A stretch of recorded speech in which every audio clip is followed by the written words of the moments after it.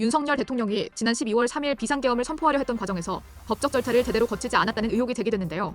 31일 언론 보도를 종합해보면 한덕수 국무총리와 최상목 대통령, 권한대행 부총리 겸 기획재정부 장관을 포함한 국무위원들이 경찰 조사에서 계엄 선포 당시 국무회의 절차가 제대로 이뤄지지 않았다는 취지로 진술한 것으로 나타났습니다. 한 총리는 경찰 조사에서 대통령님은 처음부터 국무회의는 생각하지 않았던 것 같다고 말했습니다. 그는 비상계엄 선포 직전 열린 국무회의의 법적 요건 충족 여부에 대해 국무위원들이 모였다는 것 말고는 간담회 비슷한 형식이었다고 진술했습니다. 최상목 대통령 권한대행도 해당 회의가 국무회의로서의 형식을 갖추지 못했다고 증언했는데요. 그는 국무회의가 시작하고 끝날 때 의사봉을 두드리는 절차가 없었고 아직도 그 회의가 국무회의라고 생각하지 않는다고 말했습니다. 또한 회의가 열린 장소가 통상적인 국무회의 개최 장소가 아니었다고 덧붙였습니다.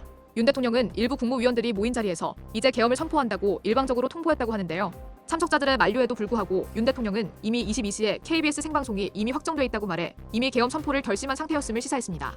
이상민 전 장관은 국무회의는 당연히 거쳐야 하는 절차이니 국무위원들을 모아서 반대나 말리는 시도를 해보자 시간을 늦춰서 대통령 생각을 바꿔보자 이런 생각을 한 것이라고 진술했습니다.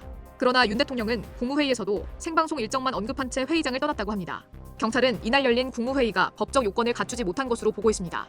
회의록 작성, 국무위원들의 서명, 국무회의 선포 발언, 국기에 대한 경례 등 통상적인 절차가 모두 생략된 것으로 알려졌는데요. 윤 대통령은 그동안 비상계엄 선포가 대통령의 고도의 통치행위라고 주장해왔습니다.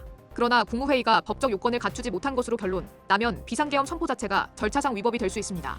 경찰과 검찰은 윤 대통령의 내란 혐의와 함께 계엄 선포 절차의 위법성에 대해서도 법리 검토를 진행 중인 것으로 알려졌습니다.